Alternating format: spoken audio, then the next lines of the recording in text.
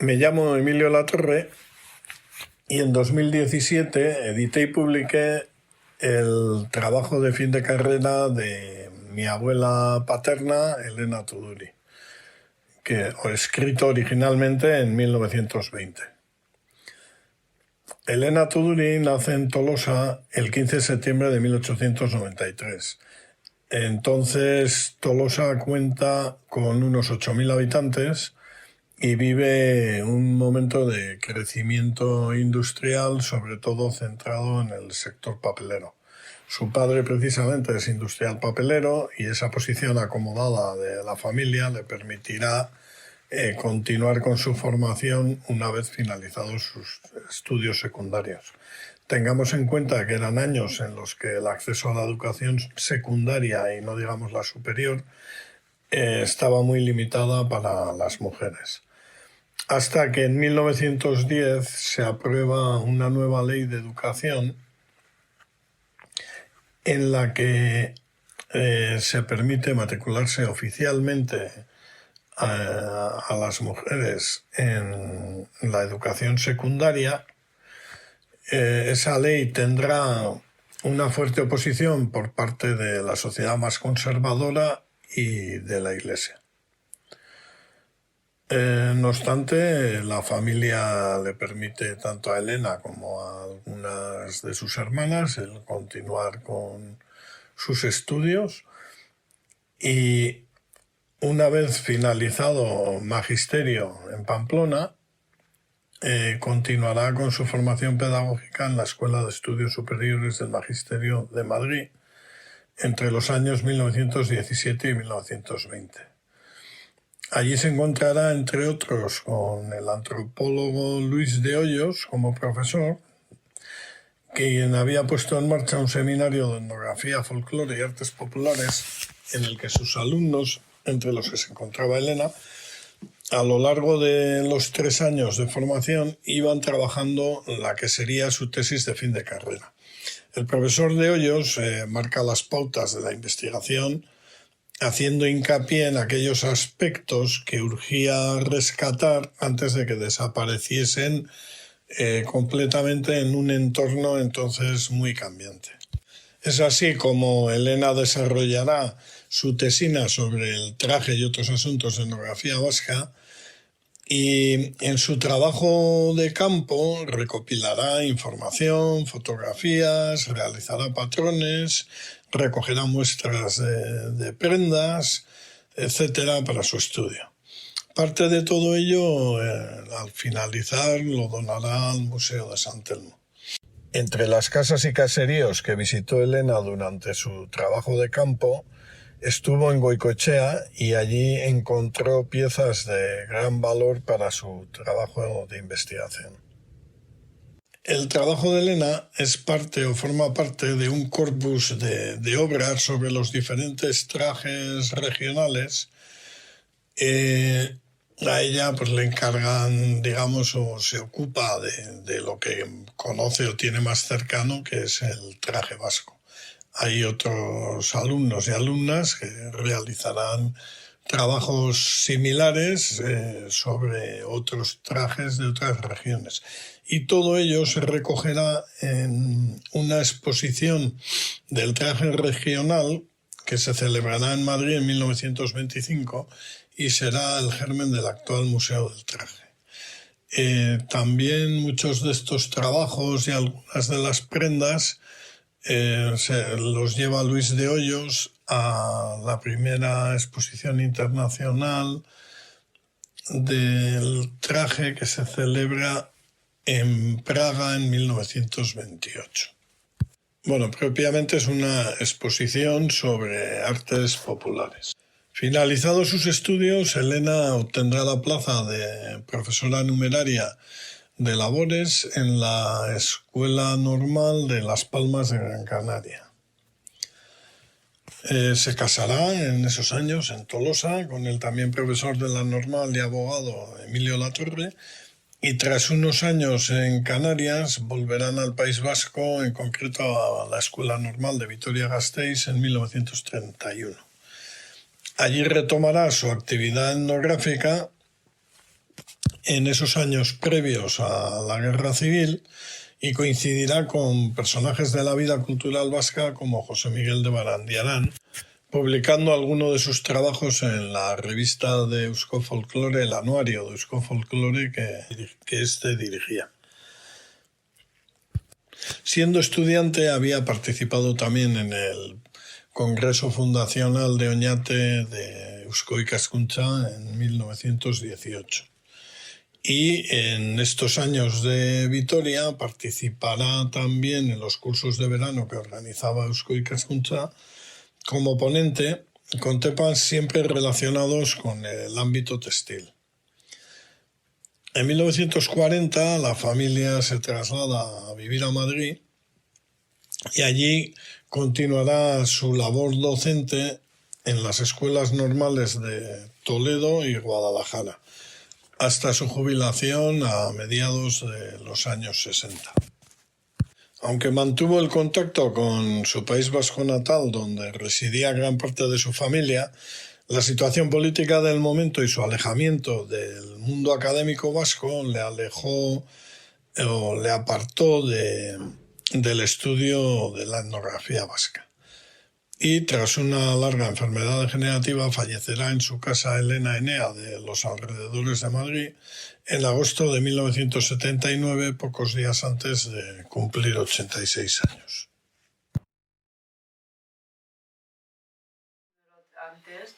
Y entonces yo sabía que existía esta mujer. Y los Tuduri de Tolosa también, pues bueno, es gente conocida. Pero no conseguía encontrar este trabajo que yo sabía que existía. Entonces, casualidades de la vida, yo he estado muchísimos años trabajando en el patrimonio textil del Museo Sant Telmo. Catalogaciones, investigaciones, preparación de exposiciones, etc. Y una de las veces que fui, en este momento no me acuerdo a qué, pero estaba ahí también, me habían llamado para algo. Muchas veces igual encontraban, me llamaban muchas veces igual, pues en tal casa, bueno, nos han llamado porque les interesa, pues que miremos el textil, a ver si es interesante. Y estaba en el Museo Sant Telmo y estaba un chico joven sacando fotografías. Yo sabía que muchas veces igual los que estaban sacando fotografías pues habían hecho antropología, historia y estaban pues de becarios ahí, pues eso. Entonces yo pensaba, pues este chico, ¿y cómo te llamas? Ah, pues yo me llamo Eneko Tuduri. Eneko Tuduri, bien. Sí, ¿y tú qué haces? Ah, pues mira, en este momento estaba con los textiles y pues seguramente luego tendrás que sacar fotografías a esto. Y me dice, pues mi tía hizo una tesis sobre indumentaria. A ver, no hay... La primera tesis sobre indumentaria del País Vasco la estoy haciendo yo ahora. Entonces yo decía, ¿cómo que tú? Tu tía era Elena Tuduri. Sí. A ver, todavía se me pone carne de gallina, porque fue un momento, no puede ser. ¿Y esa tesis? ¿Dónde está? Pues la tiene mi primo. Ah, sí, ¿tu primo cómo se llama? Pues Emilio Latorre. Ay, ¿yo podía estar con tu primo? Bueno, esto era verano, sí, pues junio del 2015.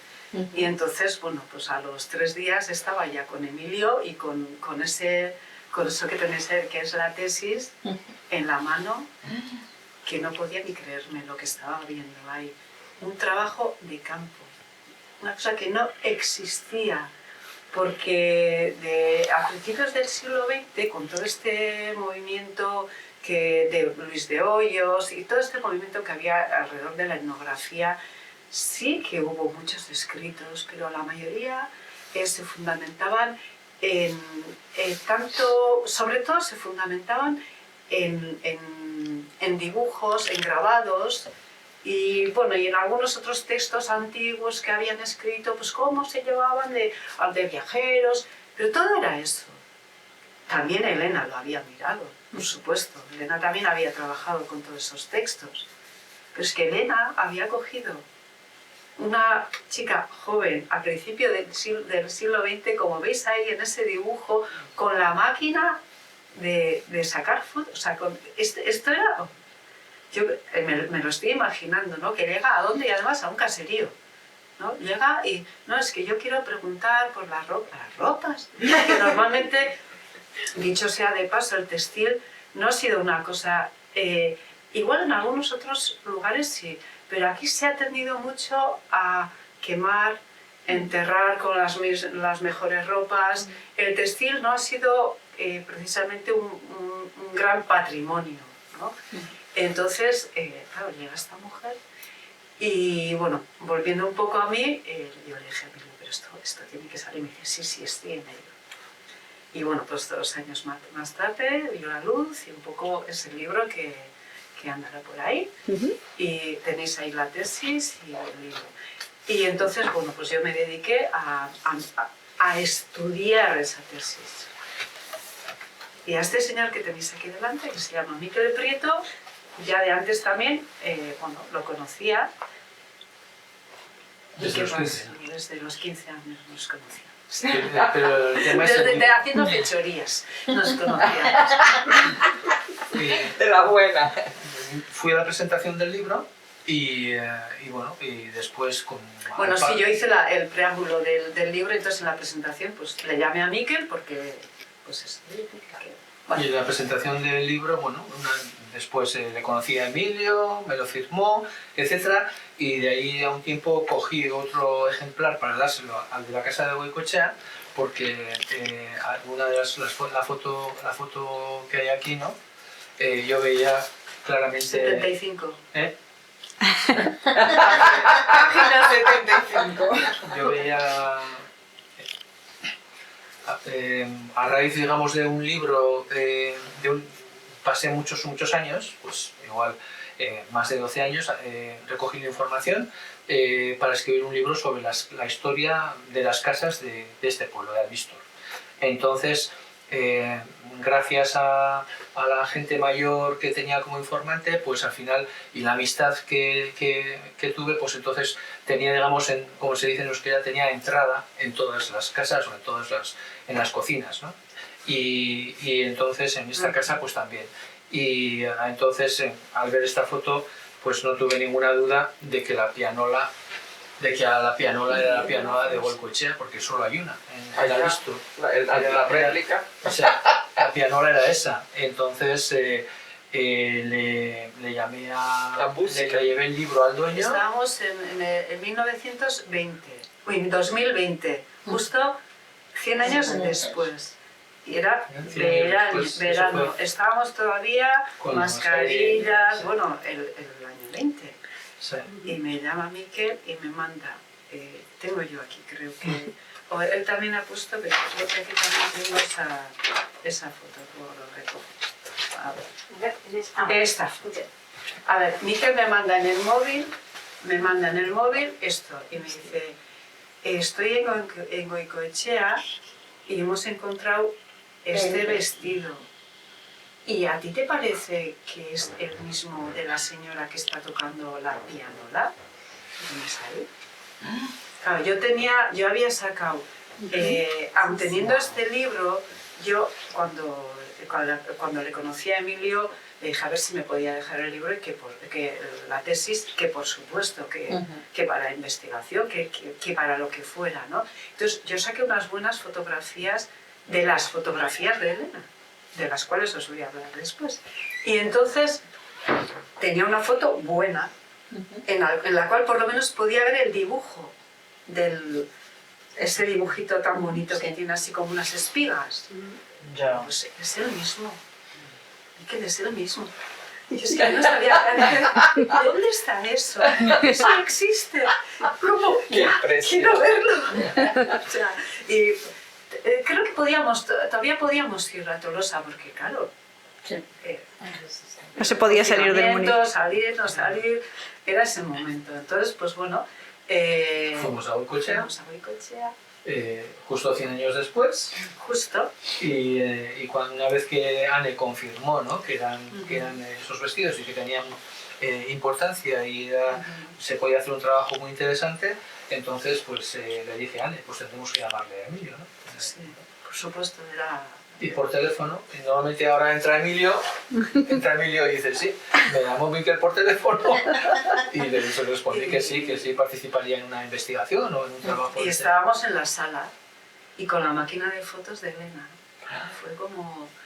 Sí, a ver, fue un momento... Mágico. Entonces, a ver, yo estudio mucho ese libro y esa tesis. Y decía, vamos a ver, pero estas fotos de la sala, que son unas fotos que Elena encontró de esta mujer tocando la pianola y vestida así, que encontró en la casa, porque en la página pone fotos de las aldeanas ricas y pone una foto de los años 60 en Lizarza, que es un pueblo que está, bueno, pues relativamente cerca de Albistur. Y las otras pone, no pone qué casa es, pero fotos de Albistur. No te dice que son de 1860, que es cuando se pueden hacer estos vestidos, que son de los años 60 del siglo XIX. Te dice fotos de Albistur, de aldeanas ricas. Entonces, mi primera pregunta era, ¿esas fotos son del año 60 o esas fotos son tomadas por Elena en 1919, antes de acabar la tesis, por ahí? Y dijo Miquel, no, mira, aquí están las placas. Este tipo de fotos, las que son así, todas estas son de Elena, son de mi abuela. Entonces una y otra vez recuerdo la voz de Ana diciendo, ella le ha hecho posar. ¡Le ha hecho posar! Y insistía una y otra vez. Todo lo ha preparado ella. El vestido, le ha elegido el vestido de la casa. Es que es muy distinto. O sea, tú estás hablando, estás hablando de cómo son los trajes de las aldeanas ricas y dices, vale, tengo una foto del 1860 y otra, y las aldeanas ricas vestían así. Pero Elena, y por eso yo creo que lo interesante de Elena es su trabajo tanto de recogida, pero también de interpretación. Entonces, Elena Tuduri sabe que a esta casa no sabe lo que se va a encontrar, pero sabe a lo que va. Entonces, ella pone a dos mujeres en esas fotos que hemos dicho que son más o menos ya posadas, preparadas, posadas, pensadas, y si veis, el modo, el cómo, es el mismo. El modo de poner un mantón, que es un mantón que cubre todo. Normalmente, yo me acuerdo cuando estaba montando la exposición de San Telmo, teníamos un mantón así y yo pues coloqué el mantón así, me decía la que me estaba ayudando, la restauradora, me decía, chica, pónselo un poco más así airoso, ¿no? No vas a encontrar ninguna imagen, ninguna foto del país con el mantón abierto. Todas, el mantón, el pañuelo, lo que sea, que no se vea bien. Eso no es cuestión, creo yo, de estilo. Que yo pienso que es más cuestión de estilo que de pudor y de... Pienso yo que sí, que es más de... Entonces, el modo moda, ¿no? es el mismo. El modo es el mismo. ¿Qué cambia? Pues cambia el escenario. Lleva la huerta. ¿Cómo se llama? A Benita le pone el fondo, el muro del caserío, ¿no? Y un montón además, en vez de seda, de lana. Sí, pero el verde. Pero la prenda es el mismo. En la huerta. Pero en la huerta, fondo. ¿Dónde le pone a la otra? Pues a la otra le pone en la sala, que se ven los títulos de su padre o de que fuera, el nivel cultural, los vestidos son de seda, es lo mismo, pero ¿qué cambia? La materia con lo cual está hecha las prendas cambia, y cambia el escenario. ¿Qué no cambia? El posado. El posado es el mismo. Pero tiene un abanico. Que conste. Claro. Es decir, es un detalle. Y tenía muchos. Y tenía muchos abanicos. Entonces, A ver, es como muy curioso todo esto y creo que hay que tener muy en cuenta. Y ahí, de repente, nos preguntan, ¿y cómo vestían? ¿Cómo vestían entonces? Y le respondes, ¿pero a quién te refieres? ¿A una persona pudiente?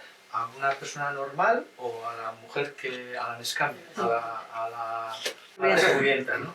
¿Eh? Claro, esta mujer es la primera, Pues, que mira, es la pues, primera por que nos ejemplo, marca las diferencias sociales en este tema. Esta es la que vivía en casa en ese momento. Y no se ve muy bien la foto, pero es Rosa, años 20, ¿no? Sí. Claramente la Sí. bolsita, Sí, el, sí, sí. el corte del vestido. Es una moderna, súper moderna. A ver, Sí. está fuera de la casa, Sí. estamos en Albistur, que es un pueblo pequeñito.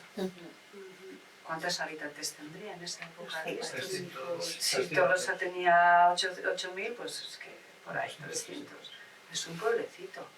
Pero es que Los está zapaticos que lleva con que lo gorda. Vamos, era una... Sí. El tema es que Entonces, esa dicotomía que has mostrado, Sí. yo no voy a los documentos que es lo mío, sí, sí. lo tenéis ahí. Esos gastos que hacen, los hacen en una de las más caras tiendas en la tienda de Vandrés, que es una de las más caras de Tolosa en ese momento. Entonces ahora, el siguiente paso, hemos ido a ver las cosas de la tienda de Vandrés y vemos que igual que Vandrés, luego hay otra tienda de telas ordinarias. Entonces tenemos otra vez. Y luego en medio tenemos al sastre, que pone que cose con telas propias, y a la modista, que cose lo que tú le lleves. Entonces, al final ahí tienes una diferencia. Sí. tenemos ahí cuál es la diferencia, ¿no? Entonces ella es la primera, ¿no? Que habla Sí. y yo soy del 59 y a mí me vendieron el caserío idealizado. Ikusten duzu goizean, argiak o sea, un lugar en el que la vida era algo idílico, ¿no? Y luego cuando hemos ido al caserío de la calle, claro, estamos aislados, no lo conocíamos, o lo conocíamos por lo que nos habían contado los abuelos. Cuando volvemos al caserío nos damos cuenta que ese caserío no es ni es idílico, y lo primero que preguntas entonces cuando te hablan de un caserío india dices, ¿era suyo o eran renteros? ¿No? Y eso se sigue vendiendo. Cuando hablan, el otro día había un programa sobre el Versolari Salvador, ¿no? Sí. Y la casa, el tema de la casa. Y no decían la casa de cuándo era suya, si la había comprado él, y de ahí parte el tema ese, ¿no? Del el mito de la casa. Sí, pero ellos eran renteros, no eran renteros, todo eso se hace a nosotros nos han llegado una idealización, ¿no? Claro. Y entonces esta mujer, cuando dice aldeanas ricas, dice, ¿eh? Claro. Se está metiendo, aparte de ser mujer, se está metiendo en un berenjenal que conlleva que no le dicen la tesis, claro. Claro. Aldeana y rica no. Aldeana era aldeano, rica era rico. Porque ella misma te dice, Es a un ver, nieto el que lo edita. ¿de qué trajes hablamos? Luis de Hoyos, a principios del siglo XX, lo que querían era recoger todo. Y había una idealización que eso fue fruto también de sobre todo de la literatura y de la pintura, del romanticismo del siglo XIX, en el cual en cada lugar había un traje especial y específico. Claro, empezó a mirar aquí y dijo, aquí no ha habido. Entonces Elena Tudri te dice, no hay un traje aquí. Eso es rompedor. Entonces, claro, cosa que también lo decía yo. Y entonces cuando vi que ella lo decía dije, por eso os digo que estoy completamente de acuerdo, ¿no? Entonces, no hay un traje, pero sí hay un vestir. Eso. Hay un modo vestimentario. Un modo vestimentario que, según el nivel y según también la situación, puede ser cambiante. Hay unos elementos que se conservan, el pañuelo de cabeza, la colocación, que tú puedes encontrar más o menos. Entonces ella dice, bueno, es lo que hace en el libro, yo voy a recoger los elementos, las prendas que normalmente en un nivel de, no digamos que todos igual son baserritarras, que son Campesinos. labradores, campesinos. También pueden ser otro tipo de trabajo, también puede ser incluso aquí pescadores. En el País Vasco también hay una comunidad. Entonces dice, es un modo de vestir, es un modo de vestimentario, pero que tampoco podemos decir unos así y otros así. Nunca. Yo voy a dedicarme a recogerlo. Entonces ella lo que hizo fue recoger. Y cuando encontraba una señora que respondía a eso, le sacaba la foto. Decía, aldeana de Zeanuri, Vizcaya. Hay una zona de Vizcaya que ella misma fue ahí porque es interior de Vizcaya y ella sabía que en esa época todavía se mantenía más ese modo vestimentario. Entonces ella va ahí. Entonces le dice a la señora, ponte de perfil. Aquí no es ningún montaje. Esto es una foto científica. Esto es una foto de, pon que de esto voy a estudiar yo y voy a hacer que mis futuros lectores, si es que existen, que menos mal que existimos, ¿no? Digan, ah, era así. Era así. No era como un montón de fotos falsas, de estudio, nos han llegado de posados, de dibujos, de viajeros que han venido aquí, que te han puesto con unos zapatitos de baile. O sea, a ver. Y claro, y eso fue lo que muchos interpretaban. El traje de no sé qué, sí, claro, pero si eso lo ha dibujado uno. Le ha puesto lo que le ha parecido. Esta mujer hizo ese trabajo. Y es más, justo en esos años, y de eso trata mi tesis doctoral, justo en esos años empezó a surgir, digamos, no podemos llamarlo moda, pero sí una tendencia en la cual para los eventos, para muchas fiestas, la gente de la ciudad empezó a imitar el modo de vestir de los campesinos. Entonces, en Donosti, por ejemplo, en el castillo, en el palacio de Satrústegui, que está ahí encima de Ondarreta, donde el funicular, donde sube el funicular, al lado hay un palacete. Una campa. O una campa. Ahí solían estar, años 20, solían estar las marquesas de... Claro, porque venían los reyes de España a Miramar y se traían toda la corte, que vivía sobre todo en esa zona. Entonces la marquesa de no sé cuantitos y el marqués de no sé qué y el conde de no sé cuantitos, vestidos... Claro, como la aldeana rica. No cómo, con el qué, pero el cómo distaba mucho.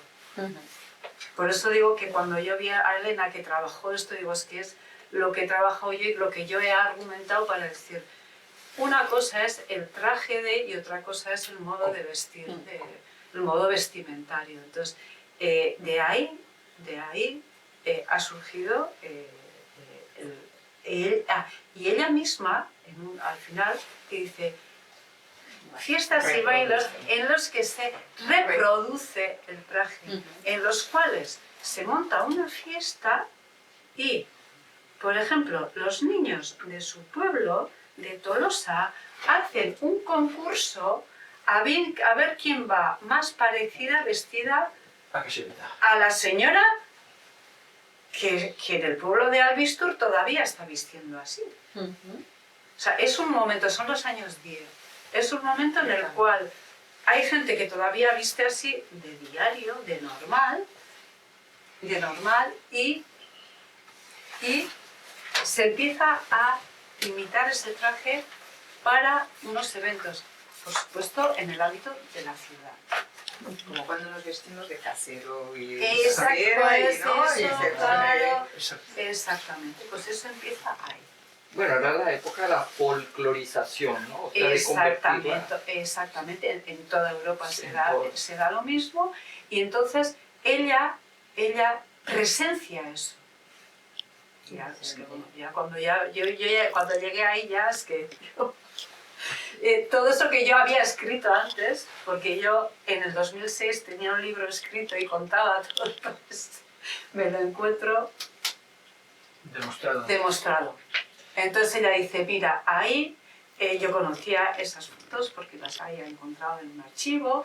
Entonces, esta representación, ella trabaja por una parte con la indumentaria, con el modo vestimentario, digamos, no encuentra un traje, pero dice sí hay un modo vestimentario, sí hay unas prendas y yo voy a trabajar. Entonces, si miráis, aquí también hay, pero si hacéis así, hay un montón de dibujos en las páginas anteriores, de dibujos patrones, de cómo era el color, o sea, el detalle, la foto, las fotos son estupendas, son maravillosas, ¿eh?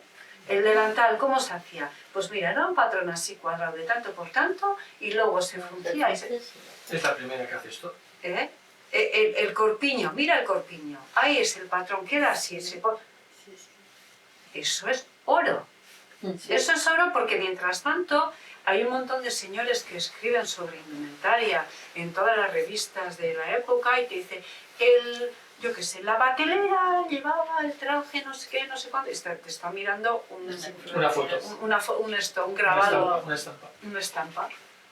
Toda la época de las estampas. Y ella lo que hace es decir, no, esto todavía vive. Mira, esto es así, así, así.